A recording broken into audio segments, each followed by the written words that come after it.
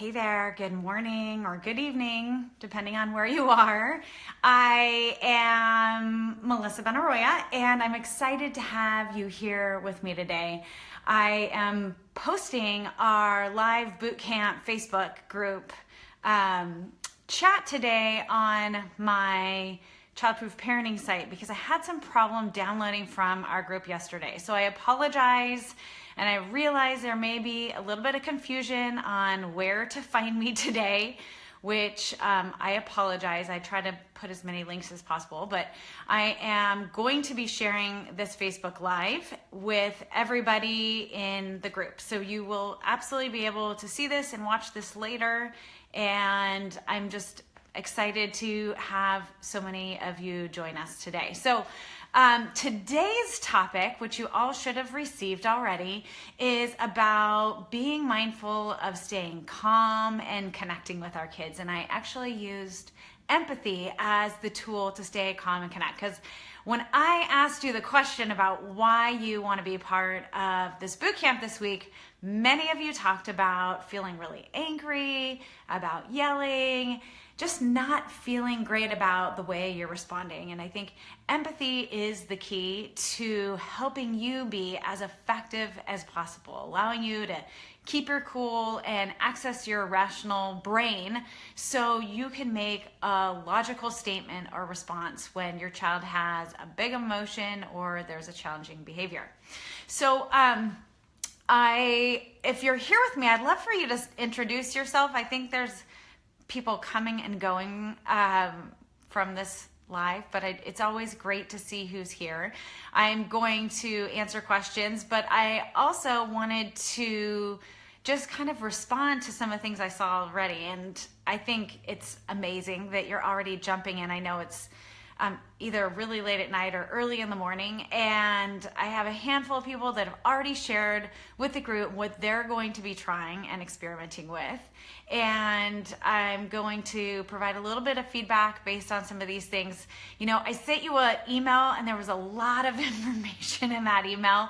It could have been probably 4 or 5 times longer, so I figured I'd answer questions and provide a little bit more insight on the Facebook Live today. So a few things I noticed that, first of all, there are several people already using empathy in their parenting and being mindful about it. I know, I think it was Juliana that said, she does this and it's effective when she remembers. And I think that's the key. So a lot of things that we're working on this week are creating new habits, because it doesn't naturally feel natural to respond with empathy when your kids freaking out over something that doesn't seem really relevant, that doesn't seem really rational. So I think the more that we practice using empathy, and I gave you this one-liner idea as a way of practicing, so that way it's simple and easy and accessible in the moment. So a few things I saw. Catherine jumped in this morning and shared, she said something like, I can relate to how you're feeling. And I think it went beyond that, but she started with that, I can relate to how you're feeling, which is great. Like, she's really trying to connect, and you hear that. Here's a little tweak I'm gonna suggest, and I know there's a few other people. I think Malia also, and hopefully I'm saying your name right. I'm sorry, I couldn't read your name in the small tiny print yesterday, so I totally goofed it up. Malia said something like, oh man, that sucks. But she also said, I know it sucks.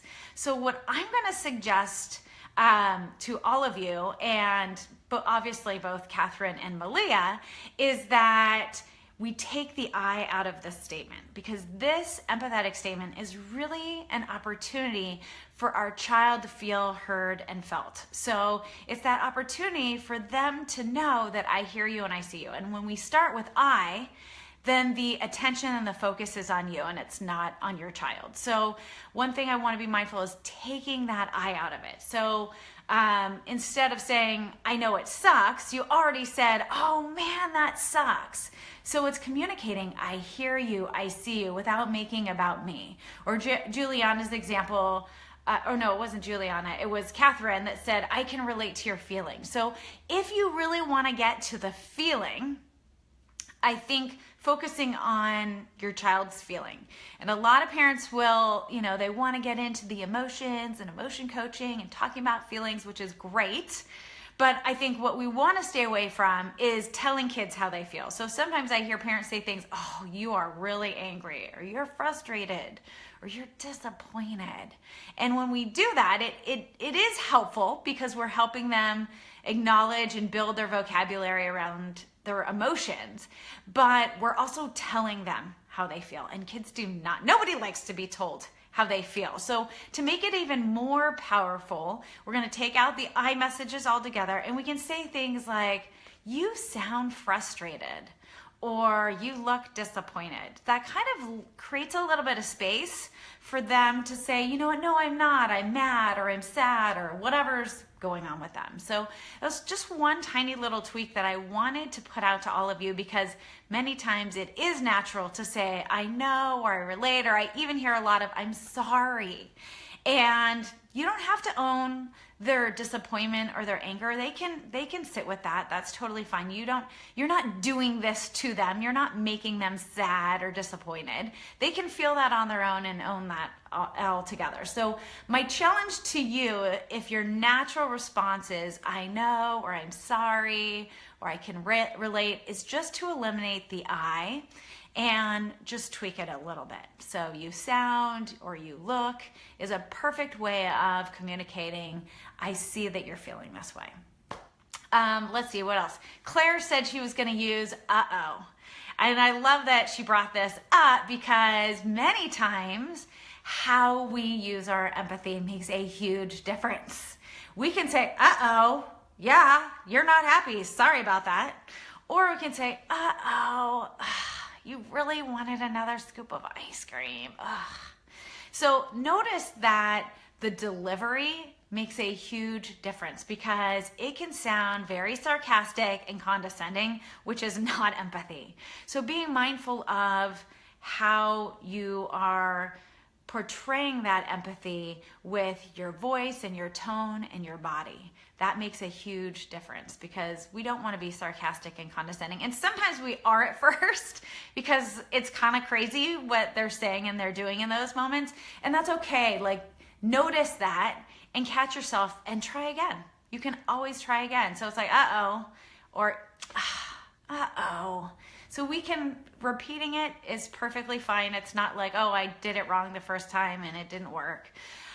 One thing I also want to note, and I think, Susanna, before I do that, Susanna said, it's so hard. This is probably one of my favorite one-liners, because I think it applies to a lot. And with really young kids, it is hard. I think Susanna said it was hard getting people out of bed this morning, or hard getting to school. Those are hard moments, right? And that's an easy way to connect with them. So I love, it's so hard. It's so hard to leave the park when you're having fun. So hard to get out of bed. It's so hard to brush your teeth. All of those things. It's hard to get homework done when, your favorite show is on. Those are all perfect examples of when to use that it's so hard, or one of these empathetic statements. The other thing that I wanted to note about using empathy was something that I'm now forgetting, of course. Darn it. So any questions before? So I'd give myself a moment to catch up with my brain and what I was thinking about. Any questions that you have that I can answer? Anybody willing to jump in and share what they're going to try this week? No? Okay, that's perfectly fine. All right, so using your empathetic statement as much as possible, being mindful that we could have a big reaction, we can start over. Well, this is what I was going to say. Okay, so empathy, I want to acknowledge, is something that we all have, and some of us naturally have more of it than others.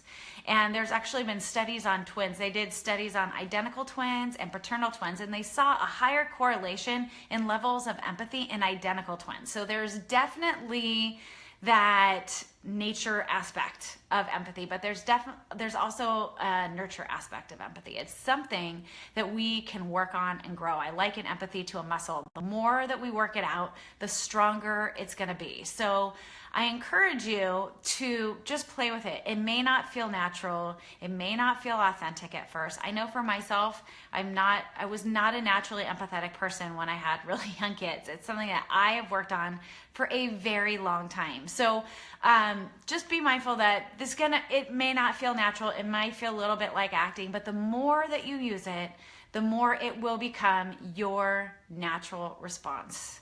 So I encourage you to just play with it. This isn't about being perfect and getting it right every time. It's just an experiment. But I think what you'll notice is when you start with empathy, when you start by connecting, your child's going to have an easier time of following through and hearing and doing what you need for them to do next. So it is definitely key to make everything else that we're going to talk about more effective, and all parenting tools are more effective when we start with connection. So if there aren't any questions, I'm going to leave that there for today. I want to thank those of you that jumped in already and shared what you're trying out. I loved yesterday's sharing on the Facebook page. There were just so many great ideas and support, and it looks like you already have some success applying some of your self-care, which is fantastic. I hope you stay motivated, and hopefully this group keeps you motivated.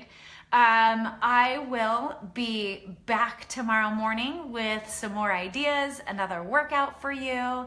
And please, if you have questions, there is a little image that I post every day with thoughts, reactions, and questions. Please post your question there, and I will be sure to answer it here on our Facebook Live daily meeting. So have a wonderful day. Continue to plug in that self-care. Practice that empathy. You're going to be able to do empathy best when you've done that self-care first. So being mindful that those two have a relationship.